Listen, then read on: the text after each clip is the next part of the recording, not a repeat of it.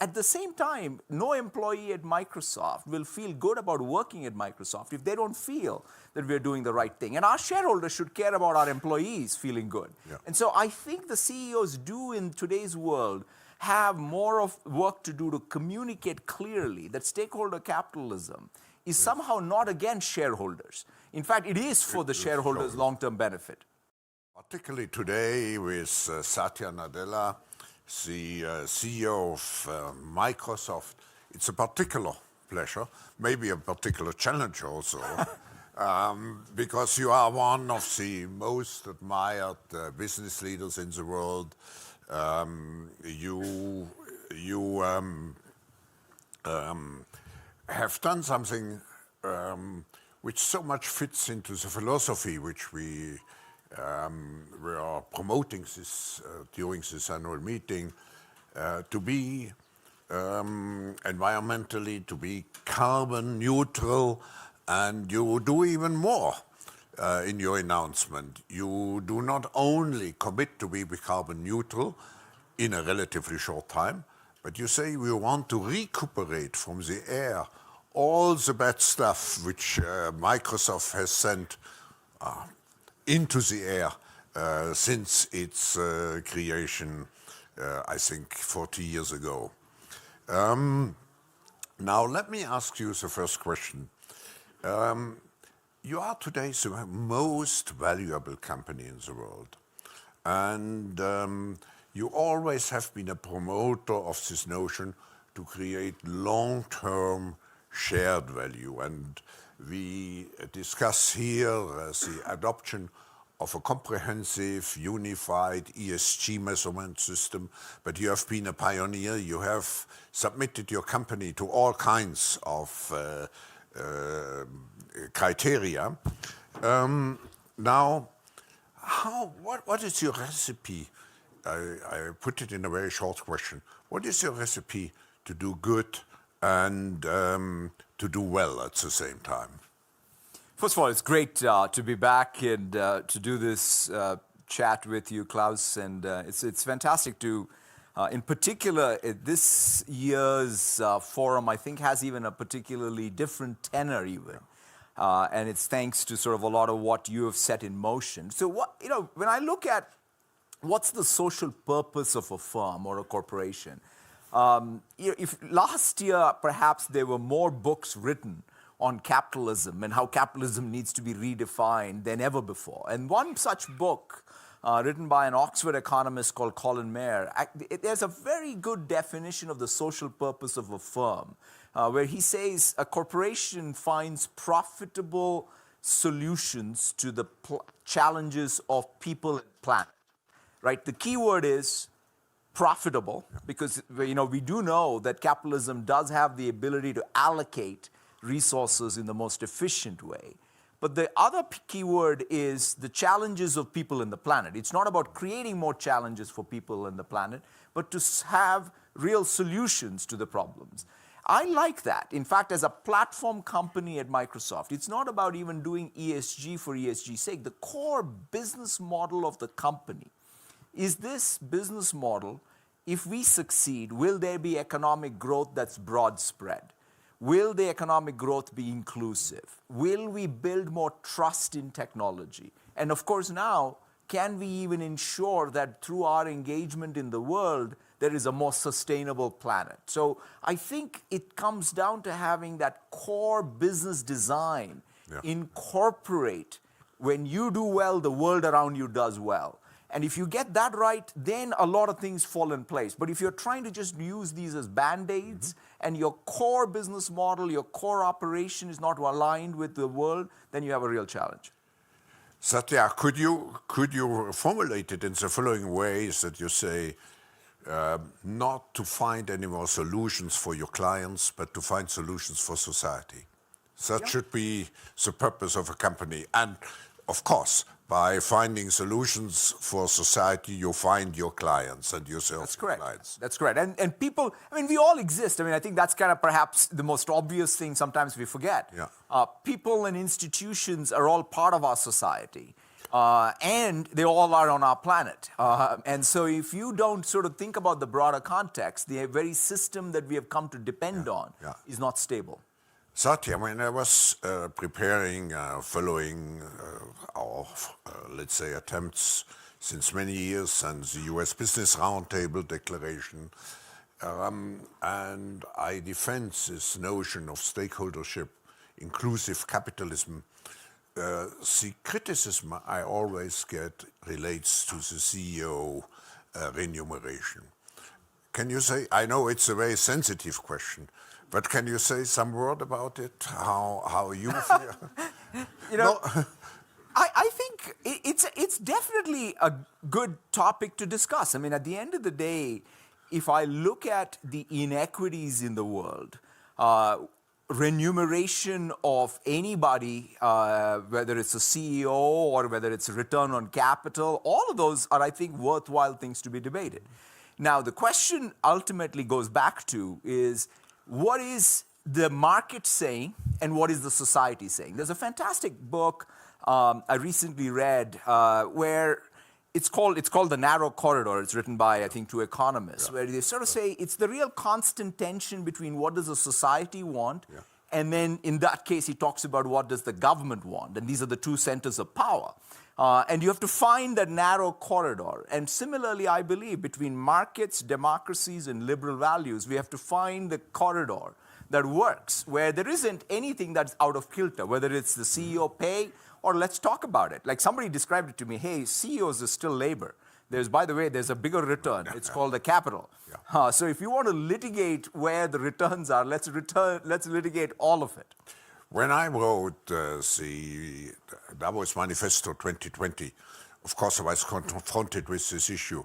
And I walked this corridor by saying the executive remuneration should not be only tied to profit, but should be tied also to the ESG achievements.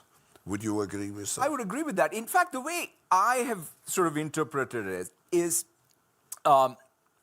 take all of the initiatives we've done. I actually go make the case to our shareholders that it is in their long-term interest that we do what we're doing. So, for example, I'll give you even a very practical thing we did. A few years ago, we said we want to extend our parental leave and sick leave, not just to our employees, but even to the vendors who work. Because after all, they're working right in the same offices and having very disparate benefits makes no sense. So we said, okay, how do we do that? Of course, we have to pay for it. In other words, we will have to subsidize it. So that's profit out of our bottom line. And at the same time, no employee at Microsoft will feel good about working at Microsoft if they don't feel that we're doing the right thing. And our shareholders should care about our employees feeling good. And so I think the CEOs do in today's world have more of work to do to communicate clearly that stakeholder capitalism is somehow not against shareholders. In fact, it is for the shareholders' long-term benefit. It's more the clash between short-term and long-term, and not between, let's say, shareholder capitalism and stakeholder capitalism. That is absolutely right. If I may change the subject, in the name of national security, for example, you cannot sell your products in China anymore, I think from 23 on, to governmental units. Are you concerned that the world is developing in the direction of two circles, with each with its own technology rules, and actually we create this technology Cold War? What is your, because you are very, very well implanted in China, and what is your feeling and your reaction, and what would you suggest? You know, first of all, I would start by saying, look, every country does deeply care about their national security and their national interest, even broadly, if I said, whether that's why they care about their trade and having fair trade deals. They care about their national security, and I think that will always be the case.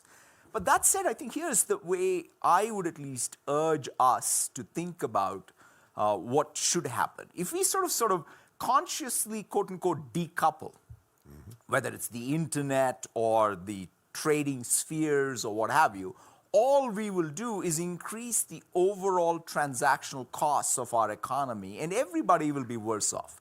I think that's just going to be what will happen. I'll always go back. I immigrated to the United States in '88 and studied, and the Berlin Wall fell in '89. And then I went and joined the software industry in '90. And it was kind of like winning 3 lotteries in sequence. And the 30-year period has been just an amazing period of market access, the ability to expand into all corners of the world. And I do feel in the tech industry we do need to grow up because the world is a little more complicated than that. And our responsibilities are more. But that said, I think any decoupling without some thought into how we can come up with mechanisms. For example, I believe trust in technology is something that the world will need more norms around, right? Take cybersecurity. We've called for the Geneva Convention around cybersecurity. We've called for, and you were very active. And very active in it. Same thing on the AI ethics. I think take even the topic of AI ethics. Yeah. I think China cares as deeply about AI ethics as the United States. To assume that somehow the Chinese people and the Chinese government are also not going to worry about the implications of AI run wild would be a problem. And so therefore, I think both the United States and China and the European Union having a set of principles that govern what this technology can mean in our societies and the world at large is probably more in need today than it was in the last 30 years. Now, one of the key issues in the economy of today is how we handle data. And I think it was you who at least you spoke out for data dignity. And of course, we have a tension. How much do we protect privacy? How much do we use the potential of those data for good? Yeah. Now, you have expressed yourself on several occasions. Could you just repeat what is your opinion about this whole issue of privacy, which worries so many people?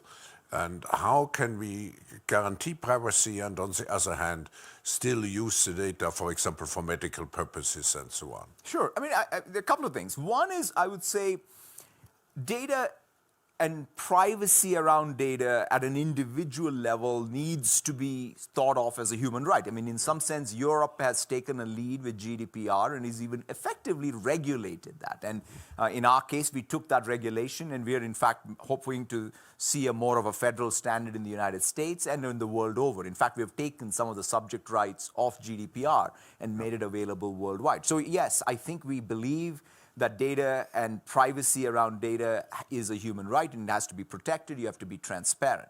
Now, but here's the interesting thing. I think that this term I like, which we use called data dignity, goes one step further than privacy, because data that you contribute to the world is got utility. Utility for you, utility for the business that may be giving you a service in return, and the world at large. How do we account for that surplus being created around data?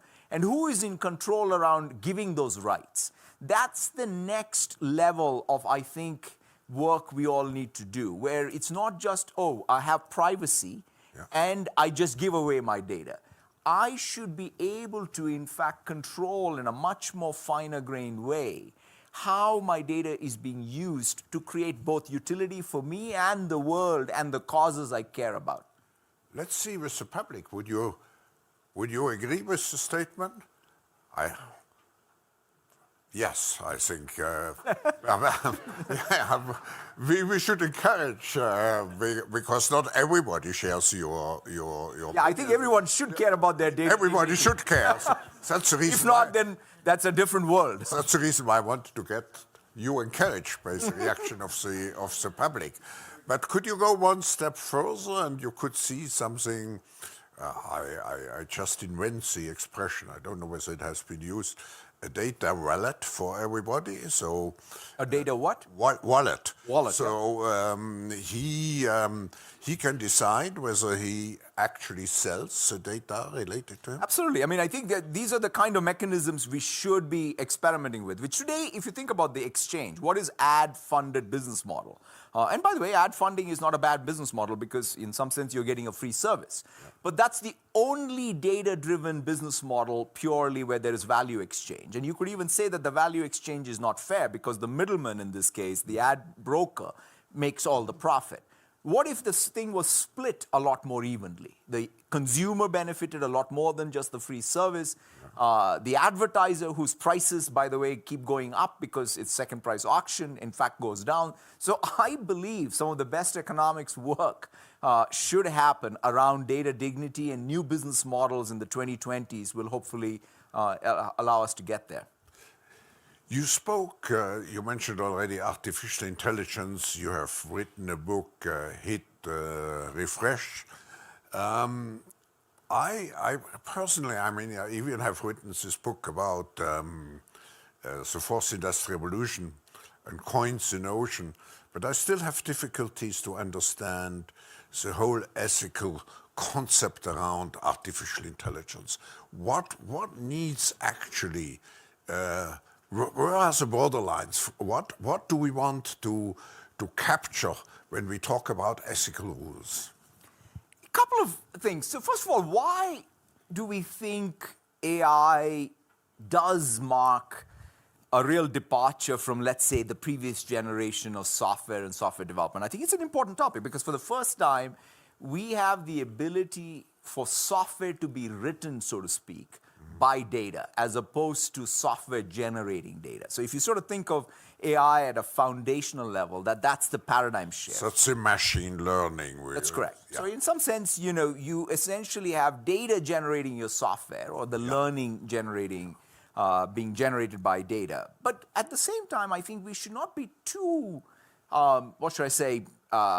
fast in abdicating our responsibility in what is happening here. For example, we have set aside, we have defined a set of principles around fairness, around robustness, around privacy, security, transparency, intelligibility of the models that are created, and accountability. Yeah. But it's not just, these are not just words. Although there's a lot of principles now that are being discussed everywhere. You need to turn it into software engineering practice. So for example, if there is a language model that gets created, you need to put in the hands of people who are developing the language model tools to debias the language model, because after all, the model did learn from the corpus of data. So I think we as tools makers, software developer, platform creators, we are very focused on building the best tool chain so that anybody involved in the process of creating AI can, in fact, by design, have the ethical principle enforced. I would say that. One of the other things we have learned is, what's the best way to ensure that there's no bias in AI? Have a diverse team. So the best way for us to, in fact, change the ethical frontier of AI is to have the diversity of the team creating the AI represent the ethics we want, so to speak. And so therefore, I think there are several mechanisms that we can create that are governors in how AI gets created for good, not for the unintended consequence. I just want to make one other point, because regulation does have a real place here. And especially regulation at the time of use. There are two types of regulations you can have. You can have regulation at the time of design and the regulation at time of use. And so I think we should be thinking a lot harder around regulation at the time of use, because facial recognition or object recognition by itself is not good or bad. It is just a technology. It's the use case that is good or bad. And so we have to be able to sort of even think about regulation more at the runtime, not at the design time. But that's sometimes more difficult because the consumer or the end user, you have a more split approach. You always have the strong opposition, which we have seen in other cases. Let me ask you, come to something else. I was very struck. You wrote an open letter recently, and I think to your employees, empowering That was a sentence which struck, which caught my attention. Empowering everybody to achieve more in the common decade. Yeah. What does it mean? Because you could say to achieve more, this means to put more pressure on the people. What did you want to say? Yeah, so we talk about our mission as empowering every person and every organization on the planet to achieve more. And I felt that at the start of a new decade, we needed to put more texture, more definition, more meaning to what achieve more looks like for us as a company, and obviously and what does it mean for the society and the planet. I would say there are a couple of different levels to it. The first thing, by the way, I care deeply about as a platform company, and in the fourth industrial revolution, where we now have the most malleable of resources, which is digital technology, to help fuel economic growth. Because for all the talk, right, the economic growth around the world is not actually that good. Because we have a problem that we don't have the economic growth we enjoyed perhaps at least in the beginning parts of the third industrial revolution. Yeah. So we need to get back to real, I'll call it broad sectoral economic growth, right? So it needs to happen, and it has to happen in a very inclusive way. That means it can't just be in the west coast of the United States and the east coast of China. It can't be just in the tech sector. Tech sector is 5% of GDP. It may even become 10%. What happens to the other 90% of the GDP is what matters in terms of real economic growth. It needs to happen urban and rural. So I think there are many, many of these divergences which we now need to converge back, I would say, and that needs to be front and center priority. Yeah. Now, by the way, that economic growth will only happen if two other things are also in place for achieving more. Mm-hmm. One is trust in technology. The one way we can, in fact, not only have lack of economic growth, we can go backwards, is if we don't have trust in the very factor of production that's supposed to fuel the fourth industrial revolution. So whether it's cyber, whether it's privacy, we talked about AI, ethics, internet safety, these are all big topics where we will need global norms to ensure that there is trust in technology, and we, as the platform creators, will have to do our part in it. And lastly, I would say sustainability, which is achieving more means whatever economic growth we achieve is going to also make our planet more sustainable. So whether it's water, whether it's waste, whether it's carbon, or biodiversity have to be front and center. And so that's the framework we have for achieving more. I was just impressed by surprised by the figure of 5% of the tech industry today. But if you look now at the transformation of the automobile industry is becoming a digital industry. Absolutely.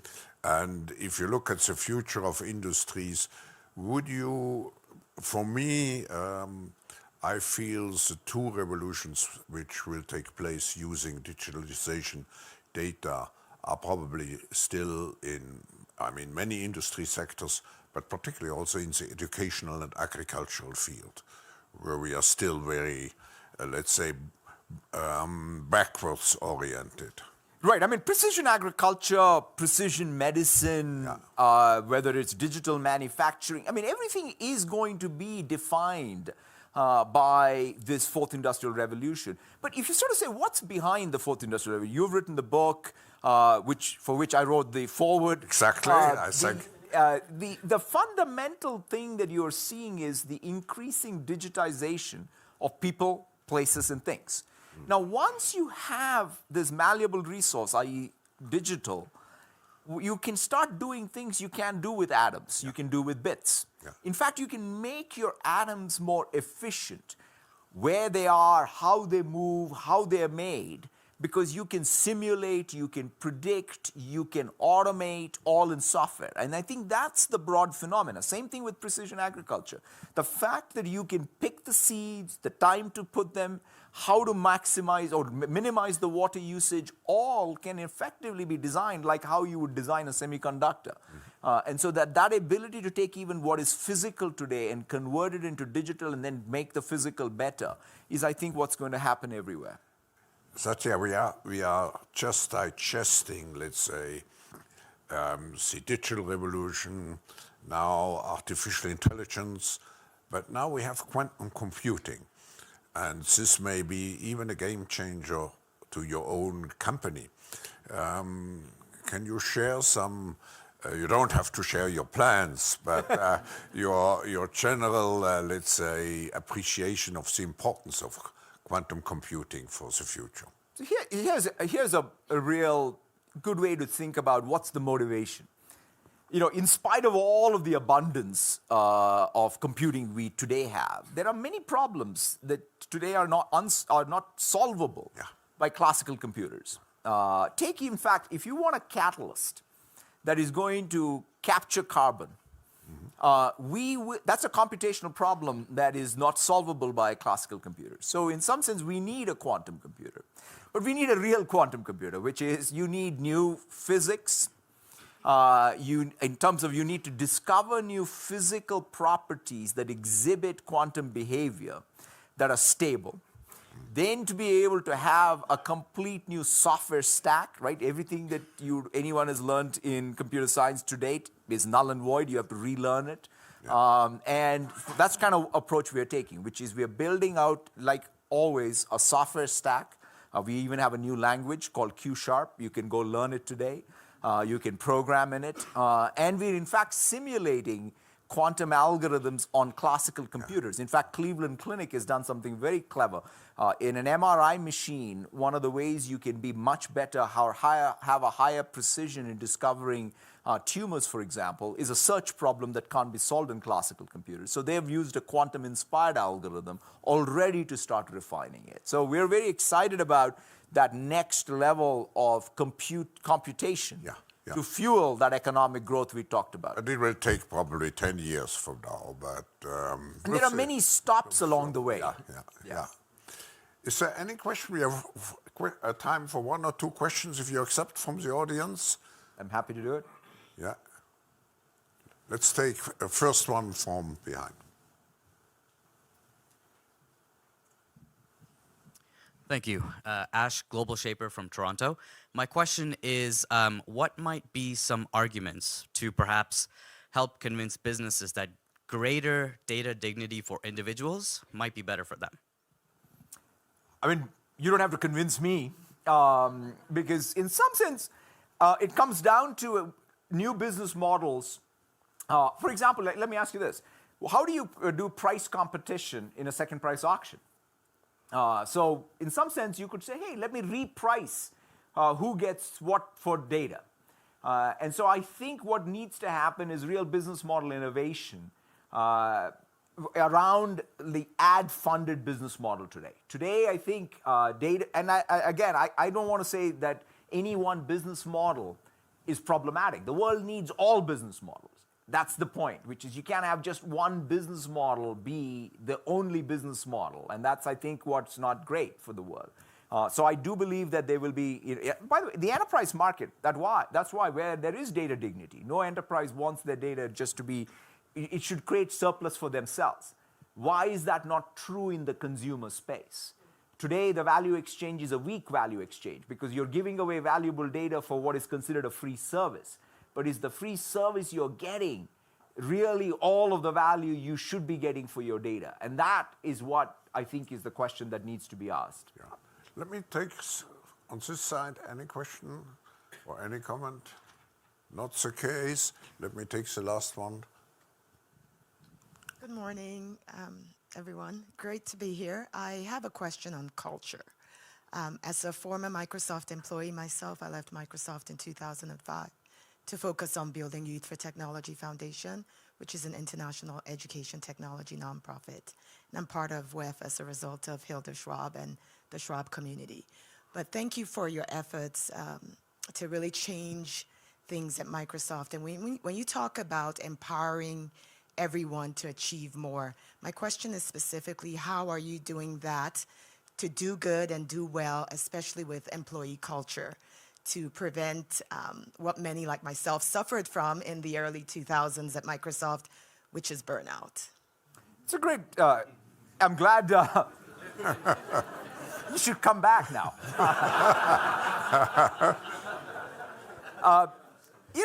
to me, the the lived experience of the people inside the company is everything. As a CEO, I always say that my biggest job is curation of culture, right? I mean, in some sense, we sometimes forget that in order to get your strategies right and products right, you need two things that really anchor you, that sense of purpose and mission, direction, right? And then culture, which makes it even possible for you to pursue that mission. And that's where I think the tone at the top, the focus on it, what are the ways we go about not just saying we have a culture X, we're going to change it to Y, and it's a one-time change, and then we'll forget about it. That's just not what it is. I mean, it's every day, all of the 140,000 people who work at Microsoft are going to come and look and say, is my lived experience close to what is the espoused culture? And that's the difficult framing of it. I would say whatever change we've been able to achieve is because the cultural meme we picked was inspired by Carol Dweck and her work around growth mindset, right? The concept is simple, which is if you go to school and you take two kids, one of them has more innate capability and the other has less, but one of them is the person with more innate capability is a know-it-all and the other is a learn-it-all, you know how the story ends. That applies to CEOs, that applies to companies, that applies to all the 140,000 people in the company. And so we have taken that and said, how do we confront, each of us, our fixed mindset each day when it comes to diversity and inclusion, when it comes to customer obsession, when it comes to even how we as a company come together. None of our customers can care less about sort of our divisional boundaries. So we need to come together. That's where you have to confront your fixed mindset. In fact, even today, sometimes people at Microsoft will come to me and say, Satya, we found the 15 people at Microsoft who don't have a growth mindset. That's not the point. The point is not to go look for the 15 people. It's to be able to, for me, to be vulnerable enough to say, I'm not perfect, I'll never be perfect, but I can learn. That's a good posture to have a living culture that is constantly keeping up with our own aspirations. Because I think we as human beings are never going to be satisfied with sort of what is the culture around us. Because our standards are going to keep going up. And so that's what we aspire to do. We definitely are on a journey, and it's a continuous journey. And I think it's time for you to come back. No, unfortunately, we come to the end of this fascinating discussion. But I think what I take with me, we are living in such a disruptive time. We don't have the answer to all these issues. And I mean, managing a company like Microsoft is such a complex challenge.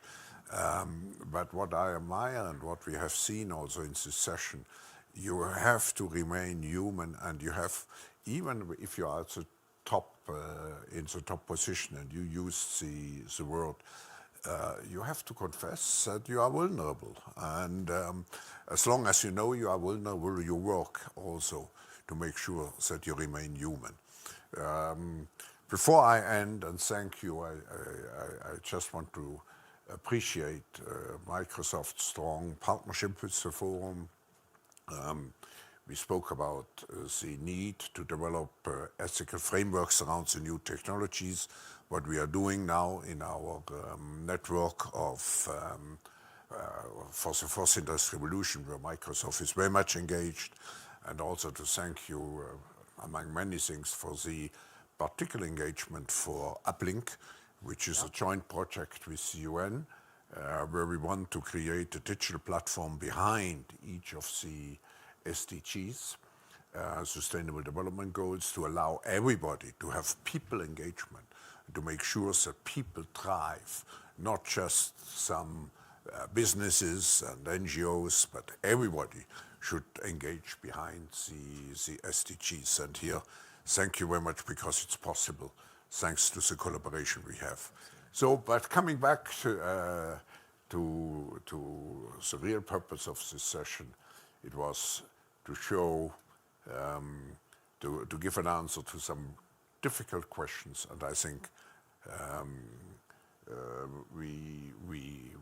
we got very satisfying answers. Thank you. Thank you so much, Klaus. Thank you. Thank you. Thank you.